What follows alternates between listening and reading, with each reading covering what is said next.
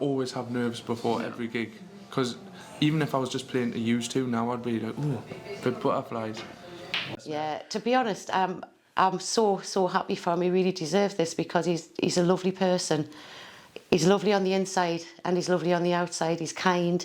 He's my best friend, really. What are the challenges that someone who's starting out in music would have? How have you fared with that? And what would be your advice? Obviously, gone through it the other side to others. Well, we chatted a little bit about that off camera. So you've done some weddings and stuff for people. Who's some of the people that's hired you and in your DMs then? In a world full of faces, I only see her. She's more than I deserve. So this is obviously where it all started, South Shields, yeah? So have you got any memories of this place as well, beach in particular? You know, is when the sun's out on this beach, it's just absolutely rammed. Obviously today it's a bit overcast, but like, as kids you just come down here like whenever that sun's out, you know what I mean? It's pretty beautiful as well, isn't it? Like, I'm lucky really. Yeah, you wrote a song about it as well, is it? Aye, place I love, you know. I think the video Place I Love, I'm like walking past all the landmarks as well, like, but I mentioned all the nightclubs and that where I grew up going out with the lads, and I just love it, man. Every time, because I'm away a lot now, so coming back here is just like it's like a warm cuddle, you know. Yeah. Just like it's home, innit, you know. So what does it mean to you? Obviously you've grown up in the area. What does the area mean to you? Just, I like to say, it's just like it's all I've ever known. Shields, like, you know, it's just my favourite place in the world. It is just it's always just lovely to come back to, and I know obviously the music's probably going to take us to lots of different places, but this is where my family are, it's where my mates are. Because in London I haven't even got that many mates really. Like, it's just, I grew up with my school friends and we've got a group chat, and I just feel like that's my friendship for life now, you know. So it's I love coming back. Yeah, so touch a little bit on, obviously we're trying to do a little bit of general for anyone who's in music and stuff like that as well. So everyone always sees the success and everything. They don't always see all the hard work that goes into it. So how much of a graft was it to get to this point? I mean, every weekend for at least 6-7 years, you know, just grinding in the pubs, drunken people, but like everyone loved it. Everyone was dead nice. Like, that's what you'll find with this area as well, just like lovely people, and just there, like, just chatting to people on the way down. Like, everyone wants to talk to you. It's really nice like that. But it was a grind, like, definitely. But I loved every minute of it as well. It didn't feel like work because I was doing what I loved. Yeah. You know. We spoke to your mum as well just before. She said it could have been rugby as well. It's music, they're two different loves. Well, that's it. My dad was a great rugby player, and he got us into that. And the school was a big rugby school, so I just got into that as well. I was a dead sporty kid. I would do like boxing, bit of rugby, football. I'm a big Newcastle fan. But and then the rugby was getting a bit rough after a while, and I was gigging at the weekend, earning money out of that, and I was like, them fingers getting stomped on the rucks and that, so I just thought I had to scrap it. So early doors then, if you don't mind us asking, where were you performing, and how much were them sort of gigs value-wise as well? For people who are starting out, how much of a struggle is that at the start? Well, I was 14, you know, so it was a lot of money to me. But I think obviously the older musicians, it's tough. Like, if you've got rent to pay and that, I think I was getting 100 quid a gig, but I was balling, mate. I was balling at 14, you know. And obviously I performed with my dad for a lot of years, and we'd split the money, you know. It's from a musical background, a big inspiration to you? 100%. I'd be watching my dad's band when I was younger, and just even like in King Street, where like the main street I'd go there when I was a kid with my dad, and like would stop about 15 times because everyone knew him, and like even that I think I was like, like it's nice that like everyone knows you for this thing, the talent that you've got, you know. So I think that was definitely a big inspiration, and So one of the questions as well I asked your mom as well is, asked her basically, you're going to get people that have got these pipe dreams of, I want to be a singer, I want to be a footballer. Obviously not everyone's meant to make it, there's problems and all sorts. She's very encouraging from a musical background, which probably helped, but I know for a fact a lot of parents will try to encourage people to just do the 9 to 5, play it safe and stuff like that. You've come from a very encouraging family with the music. Has that obviously been a massive help for you then? I couldn't even say that it's ever been a struggle, because like you say, there was a lot of musical family members, so it was kind of just natural to go down that route, you know. And then like for instance, I started boxing, and then they found out I could sing, so I'd be playing I'd be singing at the boxing shows and that. It was just always a natural thing to get into, and obviously my dad was performing. My mum was dead supportive of it, and I never personally struggled with it, but I can see how other people do, because like a lot of parents are pretty scared of it, you know. It's not often, and I will say even now, it's like you'll get a big bit of money and then it doesn't happen for a few months, you know. And it's really inconsistent. And even to get a house, it's like people don't want to give mortgages out to like creators, or because it's just a funny game, innit? But I wouldn't change it for the world, mate. I'm so happy, like, you know. So what are the challenges that someone who's starting out in music would have? How have you fared with that? And what would be your advice, obviously gone through it the other side, to others? I would just say do everything. Do all the gigs, do everything, and get on social media. Obviously, that's massive now. And I waited quite a long time to get on it with the social media, but now that it's going well, it's like changed my life, because it's everything now, isn't it? Well, I mean, I'll loop back to that question then. So social media, it's different at our age rather than mums and dads sort of age, where social media wasn't even a thing. That's what I mean. Is that a good thing or a bad thing? It obviously helps get your message out a lot easier, helps you get seen by a lot. Do you find it much easier with that? Well, if I wasn't doing the music thing, I don't think I'd be on social media. But then it's changed my life. Why is that as well? I'm even rubbish at replying to people on my phone, you know. Like people, like my mates would tell you, I just don't even like my phone. Like, I don't know. It's quite a pressure doing the social media, but also the opportunities it's given us that it wouldn't have, and the speed at which you can get big now is better. You know what I mean? But like my dad will tell you when you see him, it's like back in his day, it was just word of mouth. Like his band were massive in Shields and that, and just because, we saw them at this week. And there's something quite exciting about that as well, like just word of mouth, and like people randomly coming to your gigs now, and like, but it's a great tool for me, because you've got a big following on social. That's what I mean, it's gone really well, so I can't complain really, like, but.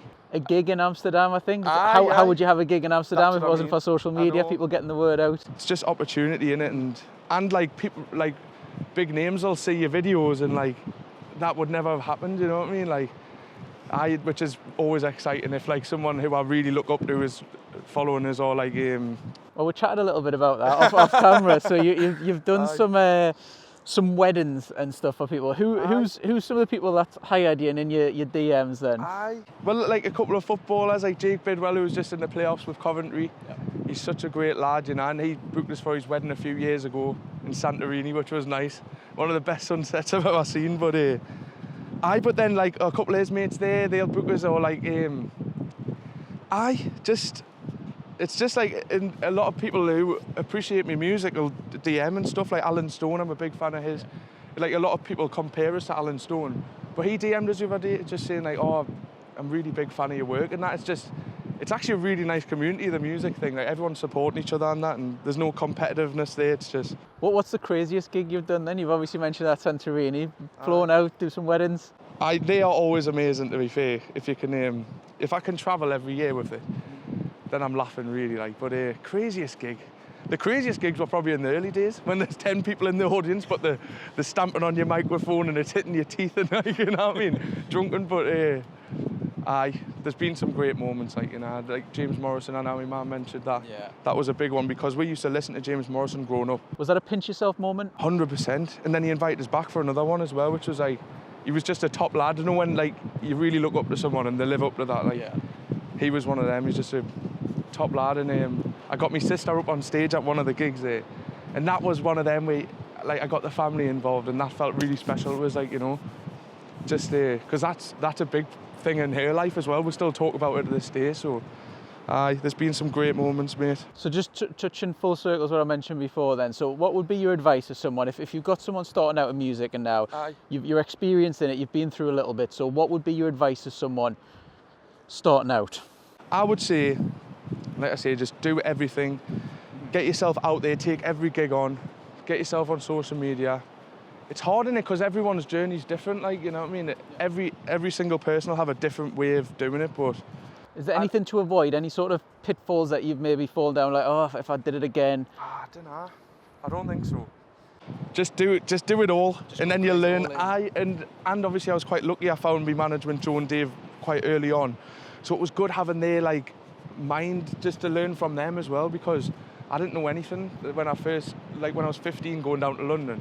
So they've kind of steered me in the right direction as well, and that was really important for us. Like, if you can find like a bit of a mentor or someone who knows a lot more than you do about the music industry and stuff, then that's great, like, you know. Was there a moment when it really kicked in and you thought, right, that's the turning point, something maybe happened or something that you thought, wow, yeah? Well, it was probably when because before lockdown, I kind of felt like I was going down a bad path a bit. Like I was gaining weight, and I was like not as on it on social media and stuff. And then after lockdown, I was running every day and started TikTok during lockdown. So, and then that started blowing up, and then all this interest starts coming back to you. It's like, it's mad how it fluctuates up and down, but... So that's probably what we're touching about before with social media then. I mean, you see kind of artists now who have almost seemingly got their fame from social media. Aye. And that's played a huge, massive part. It's crazy, the advantages, I suppose, we've got. But we mentioned a little bit off camera as well again, so you're not on Twitter. So I know from speaking to people, Twitter's a bit of a cesspool. It's negativity. Is that probably one of the negatives about being on social media? Once you've got a decent platform with decent audience and reach, is there going to be them haters, the people that just want to be negative? You do get the odd... I'm quite lucky, really, but you do get the odd negative comment, like, but... I take it quite badly, really. I need to learn to just, like, let it go and just, like... But it's hard, man, isn't it? Because you put your all into it. But honestly, I'd say 98% are really lovely comments, but you're always going to get that one, aren't you? Like, and that's fine, you know. I often just think that maybe they're having a bad day or something, and you've just got to see it like that, you know. But hey, and if they're not a fan, that's fine as well, you know. Potentially make them, yeah. I'm not bothered. Not everyone's going to be your biggest fan, are they? But see, I mean, that's probably interesting as well, because I know footballers have had to delete their Twitters and all this different stuff from people being negative. People seemingly think, but if someone's a celebrity or in the public eye, they're almost not human. They can take all this criticism, it's fine. But there is a human side to it. Footballers, obviously, if you're deleting your Twitter, you're obviously massively impacted with their mental health and stuff. So is it and that's all right if they do, you know, but it is quite scary. It's a scary world now on social media. Like, you can just be cancelled at the drop of a hat. Yeah. I mean, it's like, because we've all done silly things, like when we were kids and that as well, you know what I mean? What if one of my mates just, well, they wouldn't, and I trust them, but I don't know, there's a few pictures of me in Magaluf, you know what I mean? So, but hey, you've just got to be yourself, and we've all been 18 once, you know what I mean? Like, I don't know. But it is a bit of a fear, that, but what can you do? You've got to be yourself and just, I don't know, it's out of your control, really, innit? Yeah. Like, So is it a big thing, mental health, then? Because obviously men's mental health in particular, obviously mental health in general, but it's a big thing the last couple of years, men's mental health gets opened up about. Is this a big thing then in terms of reading comments and stuff like that, which you wouldn't maybe expect some people to just brush it off, but it does have that impact, yeah? I'm definitely up and down, like. I'm up and down, but I wouldn't say I really suffer with mental health, but I do have me dark times and me really happy times. But then I look at myself when I'm down and I'm like, am I drinking too much? Am I not going to the gym? And then if you're doing all the right things, then often that'll sort it, really, for me personally. But it's just the music industry in itself is up and down all the time, and it makes you feel shit sometimes. Sometimes you feel good, you know. If it's all going amazing, then I feel fantastic, you know. Yeah, I mean, it's good to kind of open up and stuff like that. So you've got a large social following, like we touched on before. So what would be your tips to general musicians and stuff like that? How would they get a following? How would they go about that? Well, I just kind of done covers on TikTok, really. But then also, just being on it all the time, consistency is key, I think. Like, just, you've got to be on it every day, really, like, you know. But, and that's sometimes I just can't be arsed, to be honest. But, like, you've got to, like, people are there, they want to see you, and, you know. And how lucky am I to have that? People want to hear us singing, but I obviously not some days I'm like, oh, God. You know, I feel bad even saying that, but, like, Well, that's one of the other things as well, so... Everyone in their life, no matter how successful they get, have a kind of moment where they think, I've made it. Have you had that moment, or is that something that's still to come? And what is that, if you don't mind sharing? What would be the I've made it moment? I want to be playing arenas, I want to be playing stadiums, that's my dreams, you know. Definitely there's some pinch me moments where I'm like, what the hell is going on here, like? But I would definitely say it's still to come. Like, I want to be like really selling out big. That's going to be the pinch me moment, I think. Like, or like the I've made it moment. Because we're selling out tours at the minute, and it's great. But like, I want to be a household name. You know what I mean? Like, I was thinking of that the other day, like just how Ed Sheeran's done it and that, and selling out stadiums on his own, and just him and a loop pedal. It's pretty inspiring, like, you know. Well, I mean, the Northeast has got a. If we look at Sam Fender, another guy from the Northeast, how people get behind that, local people. Have you felt that love from the Northeast? 100%. Because in the beginning it was like, I felt like it was oh, please can you get me tickets, friends and family and stuff, like, because you want to put out there that you're selling out and stuff, and it was a grind at first, but then obviously the more you do it, nowadays it's more like, oh, my mates are like, oh, can you get us on the early list, which is a mint feeling. Like, that's a great feeling, because I don't feel like I'm having to struggle anymore. It's like people are really wanting to come to the shows, and Newcastle especially, like, I think that Manchester and Newcastle on the next tour are like almost there, which is amazing, and it's much bigger venues, so they just do, there's something about the Northeast that just get behind people, isn't it? Like, it's a special place, really, like. And I'm trying to basically think of other advice that we can basically give people to use up on your experience. So if you had a gig, what would be your advice? How do you get people to that gig? Is there some sort of advice? You know, because I'm thinking there's going to be a lot of struggling artists out there who maybe haven't got social media, who haven't got this and are struggling. What would be your advice to them? Just keep plugging it, you know, just like, if you've got a show coming up, don't be scared to just whack it in pieces, because often on social media, only a certain amount of your followers will even see the post, you know what I mean? So I'd just say ram it down people's throats, like, make sure everyone sees it. And I know it doesn't feel great that sometimes, like, but I don't know, I'm happy, man, you know. I don't know what else to say there. No. Well, I mean, so in terms of the Northeast, we've obviously been doing music for a year now since setting up the YouTube. I myself wasn't aware of too much local music, but since getting into it, it seems like it's a hotbed in terms of talent. From someone who's in that industry, what do you rate the Northeast like in terms of music at the moment? Even the pub gigging scene is just like such a high standard, I'd say. Like, that's probably why, because I have got a bit competitive nature in us, like, from the sporting background and stuff, like. But like, when I started pub gigging, it's like, there's so many great singers just even in the Northeast, you know, and you want to get better than them, and you want to, like, because you want to be chosen to get the pub gigs, you know what I mean? So, but honestly, it's up there, like, the Northeast game. And obviously you've got Sam Fender smashing it as well. The Andrew Cushion, he's doing really well. I like to think it's going quite well for me as well, you know, so. Is there any that you take inspiration from, or take any sort of listen in particular to anyone? Sam Fender, like, I've done a gig, I've done my first headline show in Newcastle, and he actually supported me. Like, this was like back in 2017 or something, and he just turned up and played, and I was like, this lad is unbelievable. Like, I couldn't believe he was supporting us, and then the next couple of years he just blew up, you know, so I was like, he just deserves it. His songwriting's amazing, and I'm always rooting for someone from the Northeast, you know what I mean? Like, I think that's what the Northeast is as a whole. We're very keen for one of our own. So there's a lot of musicians out there in the Northeast. We said it's a hotbed of talent. What's the opportunities like for people in the Northeast, do you think? Obviously going through that as well. Well, that's do they need to move? Can they stay? What do you know what I mean? It's a hard one, because all I've known is going to London, and I don't know, like, it's almost as when I was a kid, it was like, oh, you just go on the X Factor sort of thing, like. But it shouldn't be that. I think the Northeast music scene, like, in that respect, like recording and that, and I don't know, I think it could be better, really. There's not much, like London, it's like just producers everywhere, every corner, and it's a proper, I think Manchester's getting there actually, like, with that, but I don't know. I'll never move from the Northeast. I'll always live here. What could be different then? What would help the Northeast music scene? I don't know if I've even tried, because like, all I've known is just because my producer's down there now, you know. Maybe there is a massive hub of like producers and writers here, I don't know. But from my experience, it's like London is probably the place. It's well, it just is in the UK, really, innit? But mate, that's not saying that you can't do it here. Like, you know what I mean? Look at Sam Fender, for example. I think his studio's in Newcastle. Well, he's performing at St James's, funny enough, this weekend, yeah.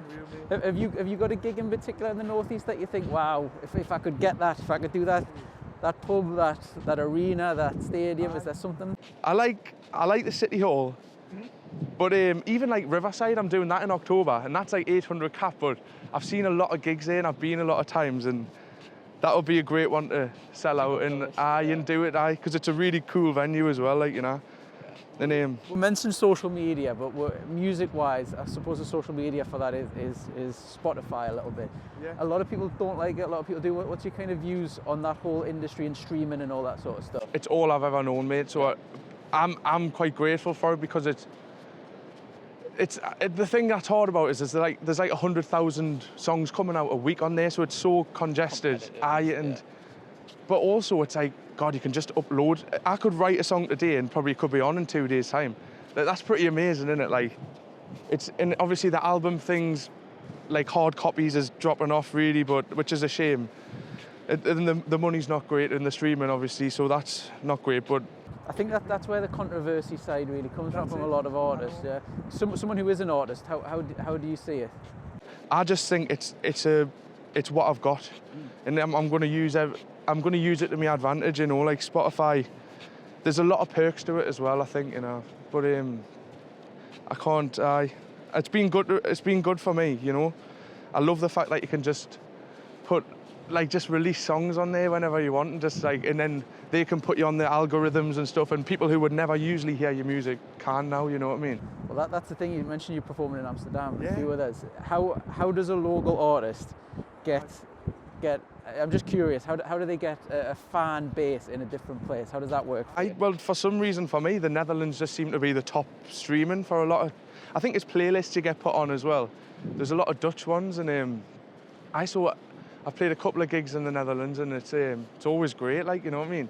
I think my style of music really works over there, you know what I mean? So, hey, I'm happy to be doing little trips to the Netherlands every now and then, like, aye. How does that rank in terms of where would you say your best gig is, the one that you probably most enjoyed? Is it like a local thing, or is it a big place? Or? Do you know what, they do that South Tyneside Festival, like, it's a big thing in Bens Park every year.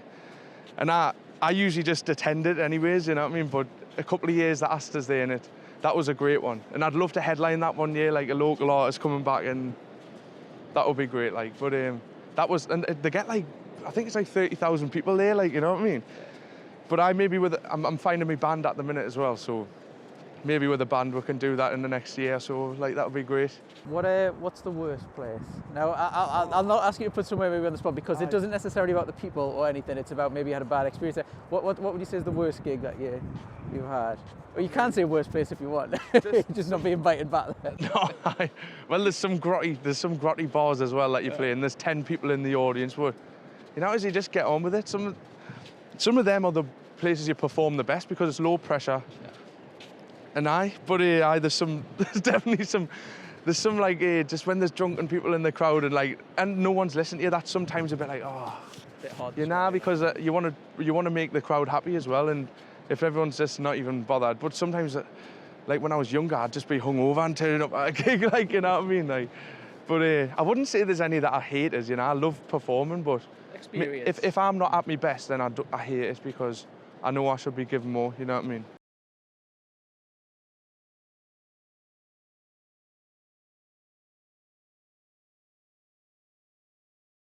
Just even on the tour, like some people, like shout out Alice and Sarah, they came to every show. Literally, I just spot them in Manchester or something, like outside the venue. I'll be like, hey, you're at another one, and that's pretty unreal when people are coming to every single show of the tour, you know. Like, I really appreciate that, you know, because that's hardcore, you know what I mean? That's a lot of time out of their lives, and like that they're spending just on me. So I'm very grateful for that, you know. Yeah. But crazy fan experience. Crazy one? Oh, God, I don't know. I can't say.